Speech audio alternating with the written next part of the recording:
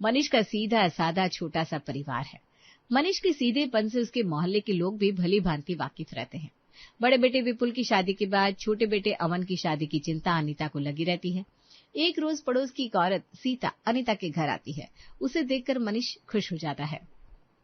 और भाभी जी सब बढ़िया? बहू सीता भाभी आई है, चाय नाश्ता लेकर आओ जरा। अरे नहीं, क्यों परेशान करना बहू को। भाई साहब मुझे काम था इसलिए आपसे मिलने आई हूँ।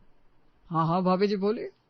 आपको पता है मेरे बेटे की शादी है और उसके सिर पर बाप भी नहीं है। हमारी हालत से तो आप वाकिफ है। मेहमान अब 2-4 दिन में आ ही जाएंगे। उन्हें ठहराने के लिए जगह नहीं है मेरे यहाँ। अलग से धर्मशाला करने जाऊंगी तो बहुत पैसे लग जाएंगे। इतने में सुमन चाय नाश्ता लेकर आती है और अनीता कहती है, भाभी जी आजकल तो बात बात पर पैसा लगता है। गलत कहा क्या मैंने? वही ना, तभी तो मैं बोल रही हूँ आपके घर में बहुत बड़ा हॉल है। शादी में आई सभी लेडीज आपके यहाँ रुक जाएगी, चलेगा? हाँ भाभी जी क्यों नहीं, ये भी कोई बोलने वाली बात है। एकदम अपना ही घर है, आराम से सबको भेज दीजिएगा। यही अनीता का दिमाग खराब हो जाता है, लेकिन वो सीधे मना नहीं कर सकती थी, इसलिए वो बात घुमाते हुए कहती है, वो भाभी जी रह तो जाएंगे लेकिन सोने के लिए गद्दे तकिया नहीं है ना हमारे पास। अब किसी मेहमान को जमीन पर थोड़ी ना सिला देंगे सीधे। नहीं भाभी जी, गद्दे और तकिया भाड़े पर मिलते हैं ना, कोई फिक्र की बात नहीं, वो सब हो जाएगा। भाई साहब आपको तो पता होगा कहाँ मिलता है भाड़े पे। मुझे तो पता नहीं, और बच्चे काम में बिजी रहते हैं। आप फिक्र मत करो, मैं जानता हूँ, आज ही फोन कर दूंगा। कब से आएंगे आपके मेहमान? अगले हफ्ते से। कोई बात नहीं भाभी जी, सब अच्छे से हो जाएगा। बस आपसे बात हो गई, मेरी चिंता खत्म हो गई। भाई साहब आप पूरे परिवार को लेकर शादी में आइएगा, आप ही के बेटे की शादी है। अरे एकदम भाभी जी, आप नहीं बोलती तो भी मैं पहुंच जाता। और कोई काम हो तो बताइए। सीता नाश्ता चाय करके घर चली जाती है। सीता के जाते ही अनीता विकराल रूप धारण कर लेती है। घर है हमारा, कोई सराय खाना नहीं। अपनी मर्जी से हाँ बोल दिया आपने। मुझसे पूछे बिना बड़ा दातार बनना है आपको। अपने घर में बहू बेटे हैं, प्राइवेसी नाम की कोई चीज है कि नहीं? बाहर वाले को देखते ही मुस्कुराने लगते हैं। हाँ मेहमान रह जाएंगे। तुम्हारी इसी हरकतों से देख लेना, एक दिन बाहर वाले हम पर चढ़ जाएंगे। अरे कुछ भी कहती रहती हो तुम। भाभी जी के हस्बैंड नहीं है, आज हम किसी की मदद नहीं करेंगे तो कोई हमारी क्यों करेगा बताओ? अरे शुभ बोलो, हमें किसी की मदद की जरूरत क्यों पड़ेगी? जब देखो शुभ बोलते रहते हो। तंग आ गई हूं मैं इस आदमी से। अनीता गुस्सा करके कमरे में चली जाती है। इतने में अंजलि आकर अनीता से कहती है, मम्मी तुम अपना फोन मत चलाओ ना, पापा का नेचर तो तुम जानती हो। वो बात नहीं है बेटा, जब देखो दुनिया दुनिया करते रहते हैं, हमारे कौन सा कोई काम आता है? चिल मम्मी, अब पापा को ना करने में नहीं बना होगा, तुम ही ना कर देती। अरे कैसे ना कर देती बताओ तुम, जब तुम्हारे पापा सामने से हाँ बोल रहे हैं। अमन भैया आपके लिए लड़की ऐसी खोजूंगी मैं जिसे ना बोलना आता हो और वो हम सबकी परेशानी दूर कर दे। आज के जमाने में थोड़ा चंट होना जरूरी भी है, वरना आदमी का गुजारा नहीं है। सुमन भाभी भी बिल्कुल सीधी है हमारी तरह। हाँ बेटा। हफ्ते भर बाद सीता के रिश्तेदार सब आकर अनीता के घर में आ जाते हैं। जहां बस सोने की बात हुई थी, वहां सभी रिश्तेदार नहाने धोने और तैयार होने तक के लिए अनीता का घर इस्तेमाल करने लगते हैं। पूरा दिन उसके घर में कोई ना कोई आता जाता रहता, जिससे सभी बहुत परेशान हो जाते हैं, लेकिन कोई कुछ बोल नहीं पाता। तभी सुमन अनीता से कहती है, मम्मी जी बाथरूम पूरा महक रहा है, नहाकर पानी भी नहीं डालते हैं ये लोग। अब कल की शादी है, फिर चले जाएंगे सब। मम्मी जी अंजलि की फ्रेंड पारुल का अमन से बहुत बनता है, मैंने देखा है दोनों को एक साथ, अच्छी बॉन्डिंग है दोनों में। हाँ भाभी ये बात मैं भी सोच रही थी। मम्मी पारुल को इस घर में ले आते, आपको पता है ना वही मुझे हर जगह बचाती है और ऑलमोस्ट मेरे काम भी वही करती है। ठीक है, तो पारुल के घर वाले से ही बात की जाएगी। शादी तो करनी है चाहे जिससे करे। वाह कितना अच्छा रहेगा, मेरी बेस्ट फ्रेंड मेरी भाभी बनेगी। सीता के बेटे की शादी हो जाती है और सारे रिश्तेदार वापस अपने घर चले जाते हैं, लेकिन सीता से ये नहीं होता कि गद्दे और तकिए वापस भिजवा कर सफाई करवा दे। ये सब भी मनीष को ही करना पड़ता है। मैं बोल देती हूँ, अब किसी का झमेला मत लेना। इतनी भी शर्म नहीं है भाभी जी में कि हमने इतना किया तो शादी की मिठाई भिजवा दे। अच्छा तुम भी छोटी छोटी बातें करने लगती हो। अब दुनिया की चिंता छोड़कर अपने घर में लगो। अमन की शादी का रिश्ता लेकर पारुल के घर चलना है आज। आज तो वो बगल में विक्की है ना, उसकी माँ की तबीयत खराब है तो उसे खाना पहुंचाना होगा। बहू खाना बना दे, बस मैं झट से देकर आता हूँ, फिर चलते हैं। हे भगवान, आप कभी नहीं बदलेंगे। सुमन जल्दी से रोटी सब्जी बनाती है और मनीष विक्की को हॉस्पिटल में खाना पहुंचा कर आता है। फिर सब तैयार होकर पहुंच जाते हैं पारुल के घर, जहां अमन और पारुल की शादी पक्की हो जाती है। अनजाने में शादी करने से डर लगता है। अच्छा हुआ कि आप लोग सामने से रिश्ता ले आए, मेरी टेंशन ही खत्म हो गई। जिसकी शादी जहां लिखी होती है वहीं होती है। ये सब भगवान के हाथ में होता है, हमारे नहीं। दिन इसी तरह बीतने लगते हैं और 6 महीने के बाद पारुल और अमन की शादी हो जाती है। पारुल के आने से अंजलि बहुत खुश होती है। अब ये भी नई बहू घर आई ही होती है कि पड़ोस की औरत आकर मनीष से कहती है, भाई साहब, हमारा सिलेंडर खत्म हो गया है, मेरे हस्बैंड घर पर नहीं है, तो क्या आप ला देंगे? बच्चे भूख भूख कर रहे हैं। अरे भाभी जी, 11 बजने दीजिए, ला दूंगा। और खाने का क्या है, सबको यही खाना खाना है, महाराज लगा हुआ है हमारे घर पर, बस थोड़ी देर में नाश्ता लग जाएगा। ठीक है भाई साहब। सब पहुंच जाते हैं मनीष के घर और पूरा दिन वहीं खाना खाते हैं। ऊपर से सिलेंडर भी मनीष ही लाकर देता है। ये सब पारुल देख रही होती है। फिर अंजलि और सुमन से कहती है, कैसे आदमी है, सुबह से यही पड़े हैं, पापा जी को क्या ही जरूरत है इस उम्र में इनका सिलेंडर लाने की, और इनसे ये तक नहीं हुआ कि मुंह दिखाए में मुझे 500 का एक लिफाफा ही दे दे। अरे यार, हमारे घर में यही तो दिक्कत है, कोई ना नहीं कह पाता। और फिर झेलना में होता है। मैं यहाँ शादी करके बड़ी खुश हूँ, लेकिन मुझे दिक्कत मोहल्ले वाले और रिश्तेदारों से होती है। कभी उसके यहाँ खाना भिजवाना है तो बना दो, कभी कोई यहाँ आकर रहेगा तो कुछ न कुछ। मैं ना बहुत परेशान हो जाती हूँ सबसे। अच्छा ऐसा है क्या? ठीक है, कोई नहीं, हफ्ते भर और फिर देखो पारुल की चाल, सबकी अकल कैसे ठिकाने लगाती हूँ। अगले दिन पारुल की पहली रसोई रहती है। पारुल अपने हिसाब से सबके लिए पूरा खाना बनाती है और सबको परोसती है। इतने में ही विपुल के बचपन का दोस्त, जो कि बगल में ही रहता है, वो घर आता है। यार तू क्या अब आ रहा है, शादी में क्यों नहीं आया था?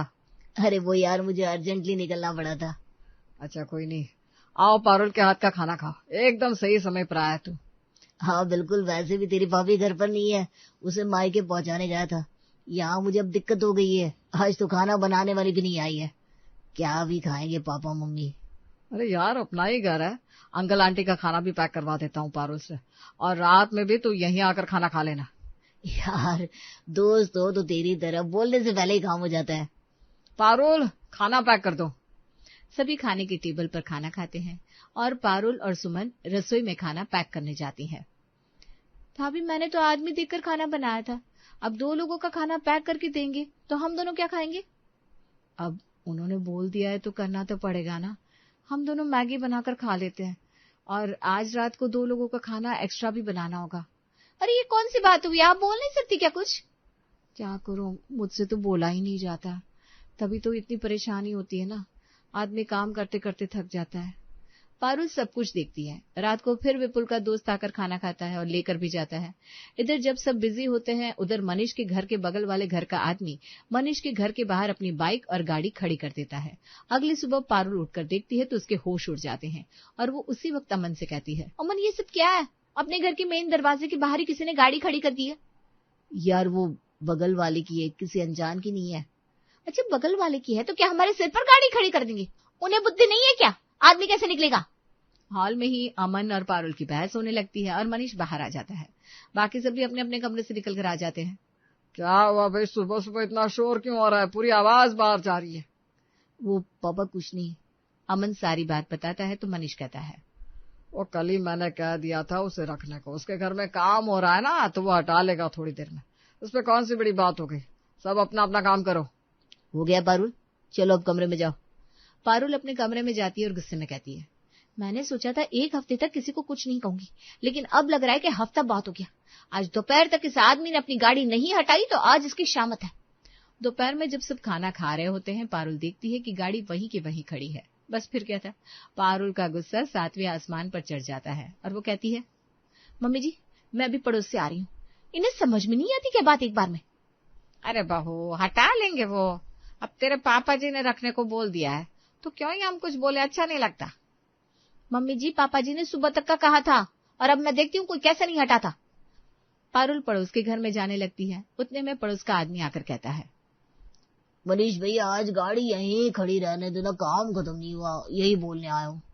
मनीष हाँ बोलने जा ही रहा था कि पारुल कहती है, वो अंकल जी ऐसा है कि आज हमारे यहाँ मेहमान आने वाले हैं, तो घर के आगे इस तरह लगी गाड़ियां अच्छी नहीं लगती ना, ऊपर से आने जाने का हमारा यही रास्ता है, तो आदमी आएगा जाएगा कैसे? ये समझते खुद को होनी चाहिए और पूछने से पहले आपको सोचना चाहिए।